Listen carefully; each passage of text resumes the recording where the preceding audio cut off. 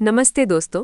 आज मैं आपको एक ऐसी कहानी सुनाने जा रहा हूं जो मिट्टी की सोंधी खुशबू और पसीने की नमकीन सच्चाई से बनी है। क्या आपने कभी सोचा है कि जब आसमान से आग बरसती है और ज़मीन पत्थर बन जाती है, तब एक इंसान अपनी उम्मीद को जिंदा कैसे रखता है? ये कहानी सिर्फ एक किसान की नहीं, बल्कि उस रूह की है जो हार मानना नहीं जानती।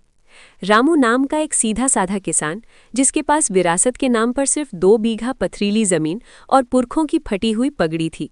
गांव के किनारे उसकी एक छोटी सी झोपड़ी थी, जिसकी छत हर बरसात में छलनी हो जाती थी, मानो आसमान के साथ साथ गरीबी भी उस पर बरस रही हो। रामू का दिन सूरज निकलने से पहले शुरू होता था। जब पूरा गांव गहरी नींद में होता, रामू अपने बूढ़े बैलों की जोड़ी को लेकर खेतों की ओर निकल पड़ता। उसके फटे हुए जूतों से झांकती उंगलियां गवाह थीं कि रास्ता कितना पथरीला है, लेकिन उसकी आंखों में एक अजीब सी चमक थी, एक बेहतर कल की चमक। इस साल सूखा कुछ ज्यादा ही बेरहम था। गांव का कुआं सूख कर सफेद हो चुका था और तालाब की मछलियां दम तोड़ चुकी थीं। रामू की पत्नी धनिया रोज सुबह खाली मटके लेकर मीलों दूर जाती ताकि घर में 2 घूंट पानी आ सके। एक शाम जब रामू खेत की सूखी दरारों को देख रहा था, तभी साहूकार का करिंदा वहां आ धमका। उसके हाथ में एक पुराना कागज था और चेहरे पर एक कुटिल मुस्कान। उसने कड़कती आवाज में कहा, रामू, अगले हफ्ते तक लगान और पुराना कर्ज चुकता नहीं हुआ तो ये जमीन अब तुम्हारी नहीं रहेगी। रामू के पैरों तले से जमीन खिसक गई, क्योंकि उस जमीन के सिवा उसके पास खोने को और कुछ था ही नहीं। क्या रामू अपनी इस सूखी जमीन से सोना उगा पाएगा, या साहूकार की साजिश उसे अपने ही घर से बेदखल कर देगी? कहानी अभी बाकी है।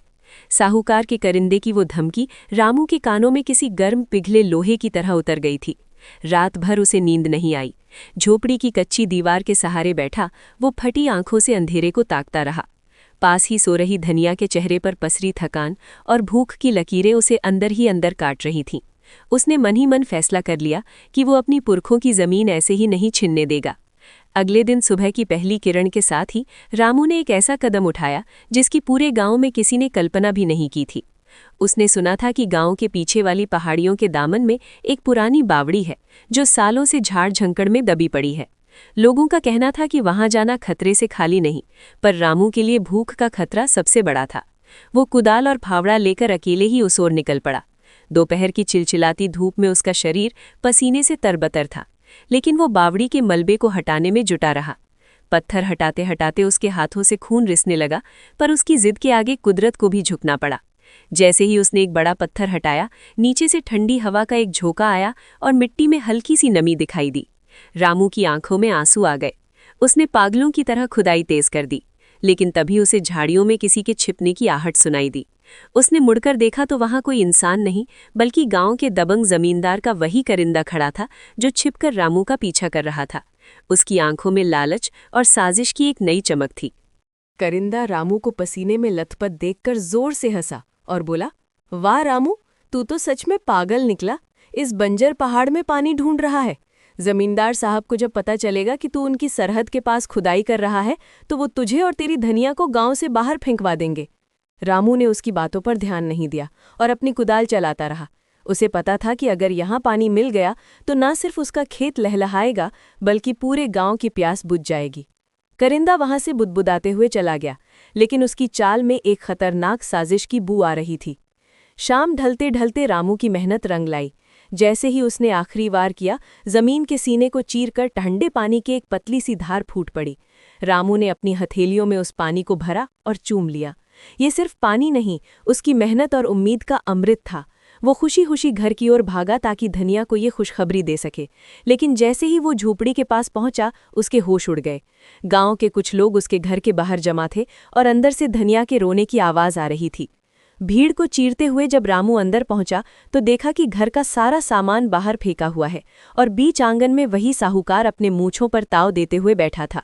साहूकार ने एक नया कागज दिखाते हुए कहा, रामू, तेरी जमीन तो गई ही, अब तेरी ये झोपड़ी भी मेरे नाम है, क्योंकि तूने समय पर ब्याज नहीं चुकाया। अब या तो तू इस गांव को छोड़ दे, या फिर मेरे खेतों ने उम्र भर गुलामी कर। रामू का कलेजा फट गया। उसे समझ आ गया कि पानी मिलने की खबर करिंदे ने साहूकार तक पहुंचा दी थी और अब वे उस बावड़ी पर कब्जा करना चाहते थे। लेकिन रामू की आंखों में अब डर नहीं, एक अलग तरह का गुस्सा था। उसने अपनी कुदाल मजबूती से पकड़ी और साहूकार की आंखों में आंखें डालकर कुछ ऐसा कहा कि वहां मौजूद हर शख्स सन्न रह गया। रामू ने अपनी फटी हुई कमीज की आस्तीन को ऊपर चढ़ाया और गरज कर बोला, साहूकार साहब, जमीन के कागज तुम्हारे पास हो सकते हैं, लेकिन इस मिट्टी की वफादारी मेरे खून में है।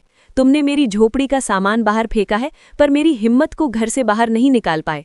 जाओ, कह देना जमींदार से कि पहाड़ का सीना फट चुका है और अब गंगा मेरे आंगन में उतरेगी। अब मैं मजदूरी नहीं, मुकाबला करूंगा। रामू की आवाज में वो कड़क थी जिसे सुनकर साहूकार का चेहरा फक पड़ गया।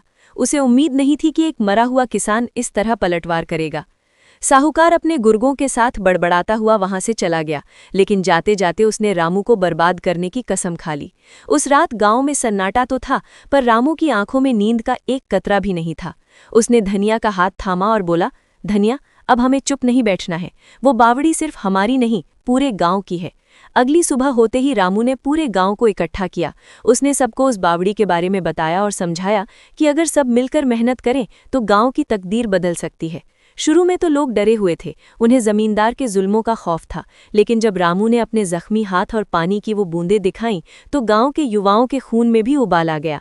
करीब 10-12 लोग कुदाल और टोकरियां लेकर रामू के साथ पहाड़ की ओर चल दिए, लेकिन जैसे ही वे उस बावड़ी के पास पहुंचे, उन्होंने देखा कि वहां पहले से ही जमींदार के हथियारबंद आदमी पहरा दे रहे थे। जमींदार ने उस पूरी जगह को कटीले तारों से घेर दिया था।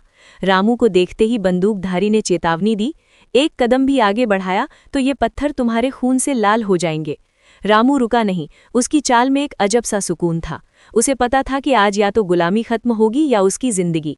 तभी पहाड़ियों के पीछे से एक तेज गर्जना सुनाई दी, जो ना तो बादल की थी और ना ही किसी इंसान की। वो गर्जना किसी और की नहीं, बल्कि पहाड़ के ऊपरी हिस्से से टूटकर गिरते हुए मलबे और पानी के जबरदस्त वेग की थी। शायद रामू ने कल जो खुदाई की थी, उसने सदियों से रुके हुए किसी प्राकृतिक स्रोत का रास्ता खोल दिया था। जैसे ही जमींदार के लठैतों ने बंदूकें तानी, अचानक जमीन के नीचे से एक जोरदार धमाका हुआ और कंटीले तारों को चीरते हुए पानी का एक विशाल भव्वारा आसमान की ओर उछला। ये दृश्य देखकर हथियारबंद गुर्गे अपनी जान बचाकर पीछे भागने लगे। कुदरत ने खुद रामू का पक्ष ले लिया था। गांव वालों ने जब अपनी आंखों के सामने जलधारा को फूटते देखा तो उनका डर जोश में बदल गया। रामू चिल्लाया, भाइयों, ये पानी हमारा हक है, इसे बहने मत दो, इसे खेतों तक पहुंचाने का रास्ता बनाओ। देखते ही देखते जो लोग कल तक डर के मारे कांप रहे थे, वो पागलों की तरह मिट्टी खोदने लगे। धनिया और गांव की दूसरी औरतें भी पीछे नहीं रहीं। वे अपनी साड़ियों के पल्लू बांधकर पत्थरों को हटाने में जुट गईं। एक तरफ पानी का सैलाब बढ़ रहा था तो दूसरी तरफ गांव वालों का हौसला। उधर जब ये खबर जमींदार के महल तक पहुंची तो उसके पैरों तले की जमीन खिसक गई। उसे डर था कि अगर गांव आत्मनिर्भर हो गया तो उसकी गुलामी की जंजीरें टूट जाएंगी। उसने तुरंत शहर से पुलिस और अपने सबसे खूंखार गुर्गों को बुलाने का आदेश दिया। शाम होते होते जब रामू और उसके साथी एक छोटी सी नहर की शक्ल तैयार कर चुके थे, तभी दूर से धूल का एक गुबार उठता दिखाई दिया। सरकारी जीपों और घोड़ों पर सवार होकर जमींदार का काफिला आ रहा था। उनके हाथों में ना सिर्फ हथियार थे, बल्कि एक स्टे ऑर्डर का कागज भी था, जो उस बावड़ी को सरकारी संपत्ति घोषित कर उसे सील करने का फरमान लाया था।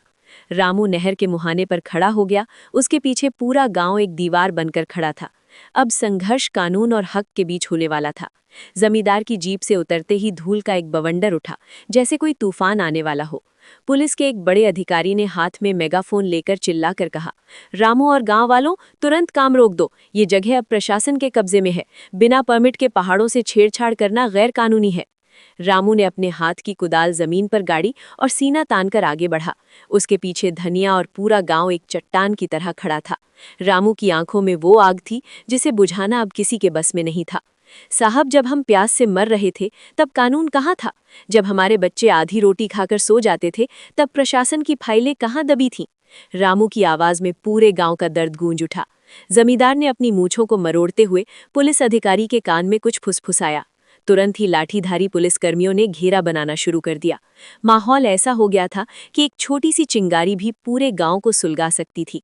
तभी गांव के सबसे बुजुर्ग काका, जो लाठी के सहारे चल रहे थे, भीड़ से निकलकर आगे आए। उनके हाथ में एक पीला पड़ चुका पुराना ताम्रपत्र और कुछ दस्तावेज थे। बुजुर्ग काका ने कांपते हाथों से वो कागज पुलिस अधिकारी की ओर बढ़ाए। साहब, ये देखिए, ये आज़ादी से पहले का राजा का फरमान है। इस पहाड़ की ये बावड़ी और यहाँ का पानी हमेशा से इस गांव की साझी विरासत रही है। जमींदार के पुरखों ने धोखे से इस पर कब्जा किया था, पर यह कभी उनकी निजी संपत्ति नहीं रही। पुलिस अधिकारी ने कागजों को देखा और फिर जमींदार की ओर घूर कर देखा, जिसका चेहरा एकदम से सफेद पड़ गया था। पर जमींदार हार मानने वालों में से नहीं था। उसने अपने सबसे वफादार लठैत को एक गुप्त इशारा किया।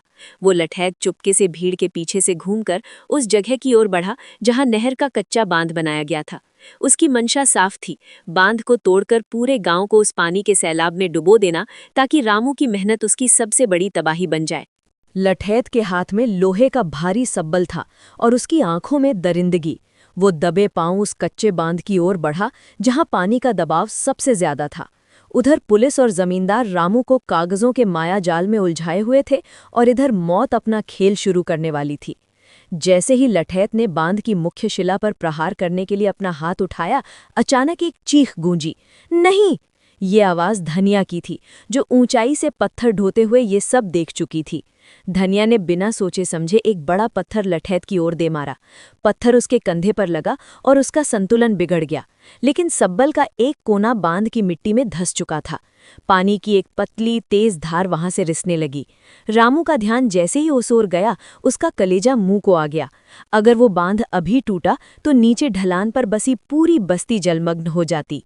रामू पागलों की तरह भीड़ को चीरते हुए बांध की ओर दौड़ा। पुलिस अधिकारी ने रोकने की कोशिश की, पर रामू के अंदर इस वक्त 10 हाथियों का बल आ गया था। उसने देखा कि पानी का दबाव बांध को फाड़ने पर आमादा था। रामू ने आओ देखा न ताओ खुद को उस दरार के आगे अड़ा दिया और अपने शरीर को ढाल बना लिया।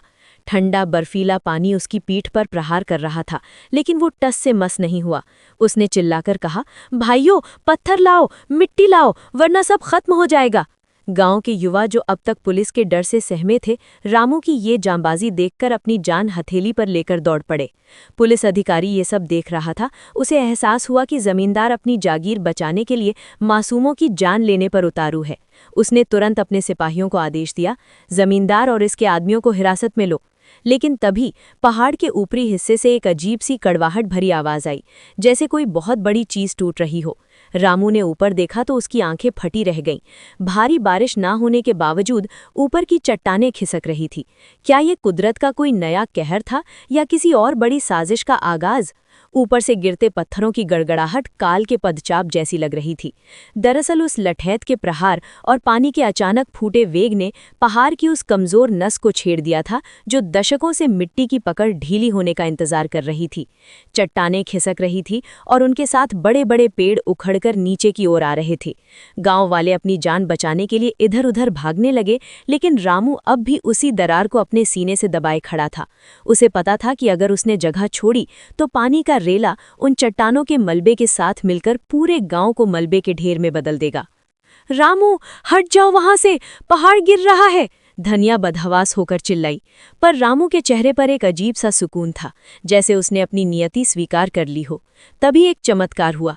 पहाड़ से गिरा एक विशाल बरगद का पेड़ अपनी जड़ों समेत उड़कर ठीक उस बांध के मुहाने पर आकर फंस गया।